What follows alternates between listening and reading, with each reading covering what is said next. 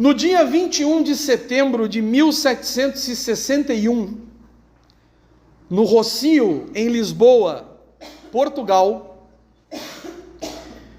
era martirizado o padre Gabriele Malagrida, jesuíta italiano, acusado de heresia e sentenciado ao garroteamento e à fogueira. Por que foi o padre Gabriele Malagrida sentenciado a tal suplício?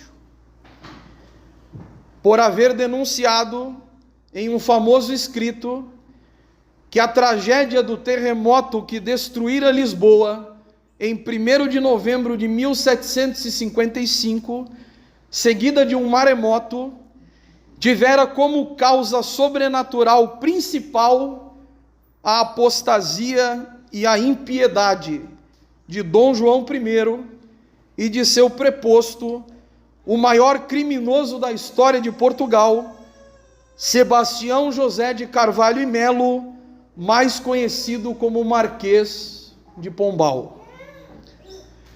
Após um processo totalmente falsificado, conduzido por juízes e clérigos covardes, foi o padre Malagrida entregue ao braço secular e executado naquele que seria o último auto de fé do qual se tem notícia em terras portuguesas.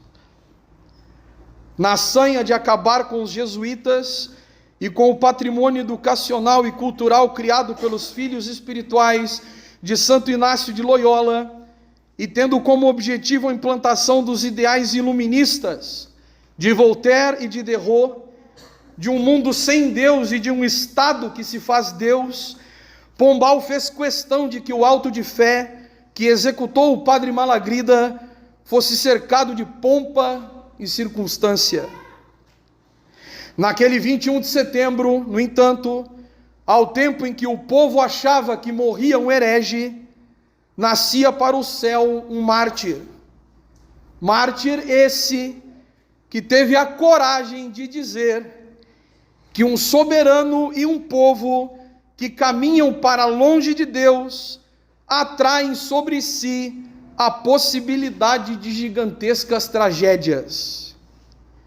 Sim, meus irmãos e irmãs, temos que falar sobre as tragédias que se abatem sobre o nosso estado do Rio Grande do Sul, sobre o nosso povo gaúcho e sobre o significado espiritual de tais acontecimentos.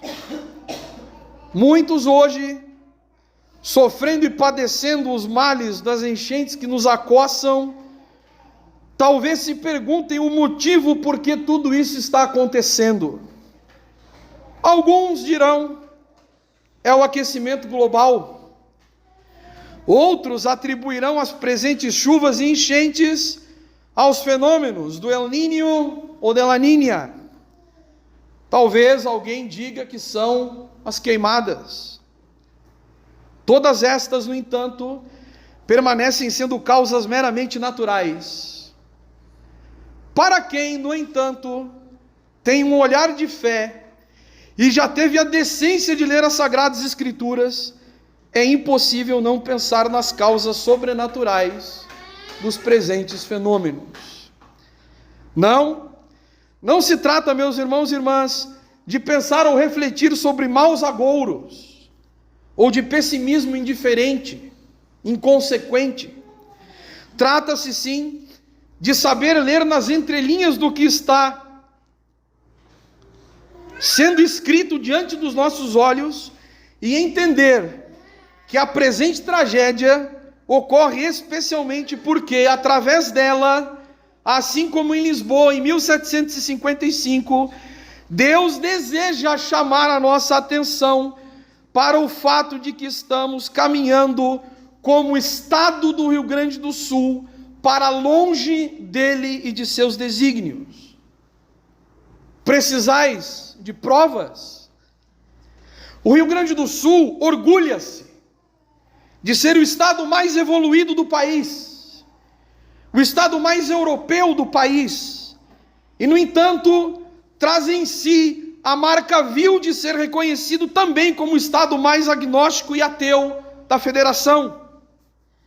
A igreja no estado do Rio Grande do Sul, por fraqueza e covardia de seus clérigos, vendeu-se à ideologia marxista e ao relativismo religioso mais baixo e abjeto possível.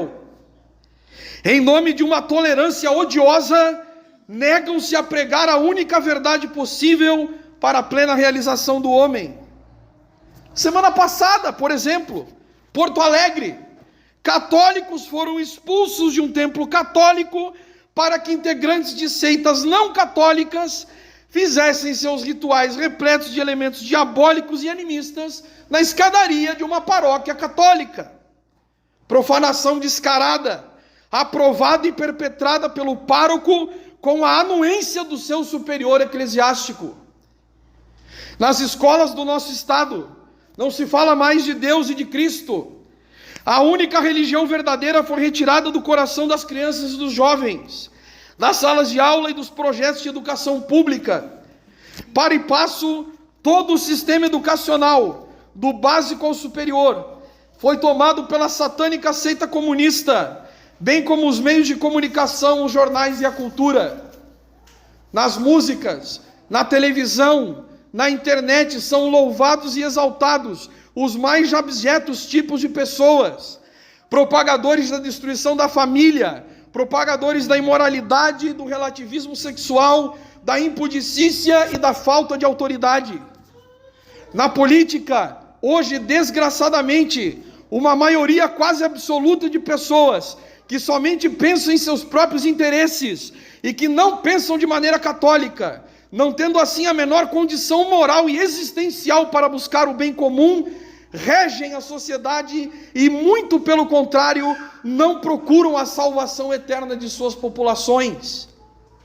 Em um estado da federação quase que completamente submetido aos interesses da seita maçônica, espalhada por todos os lados, paira no ar a busca somente por valores terrenos, a eficácia da técnica e dos resultados, dos números, sem quase nenhuma preocupação pública pelo que diz respeito ao que é eterno e imutável.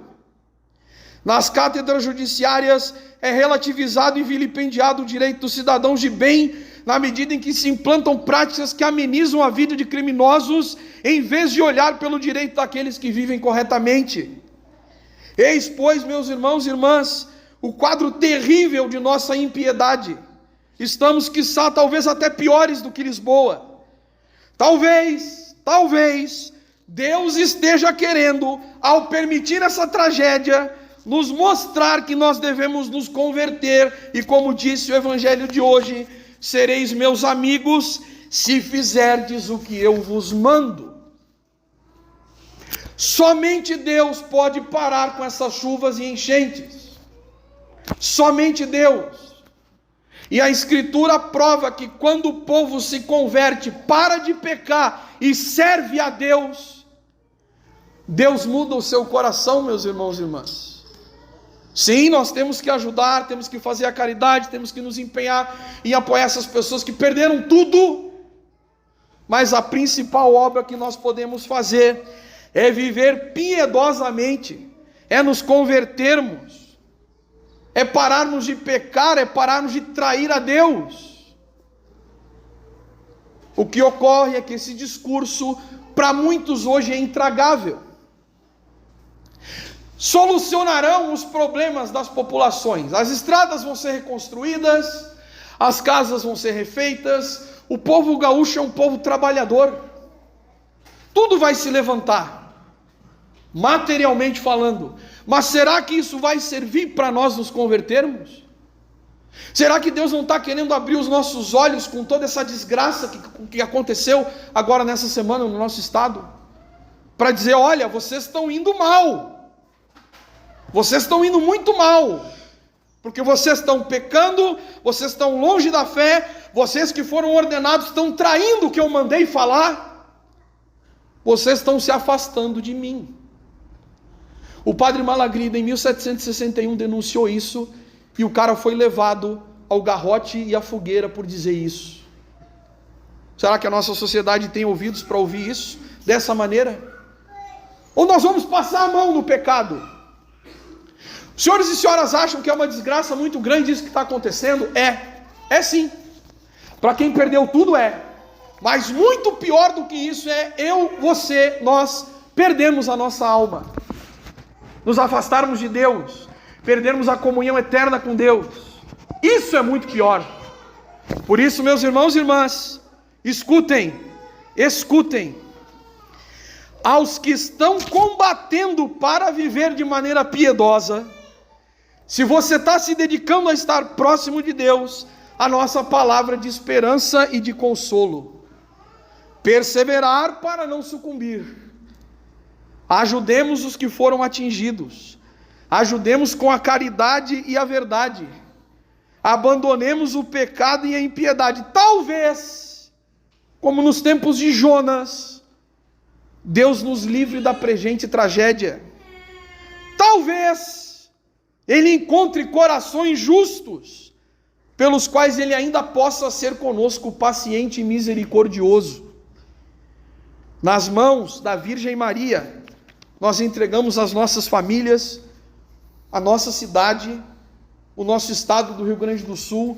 E hoje, meus irmãos e irmãs, eu encerro a homilia de hoje dizendo assim, pedindo e suplicando a Deus que Deus tenha piedade, porque merecer nós não merecemos. É só por pura piedade e misericórdia. Vamos rezar, vamos perseverar, mas vamos também nos converter, porque isso tem a ver com um desígnio sobrenatural. Louvado seja nosso Senhor Jesus Cristo.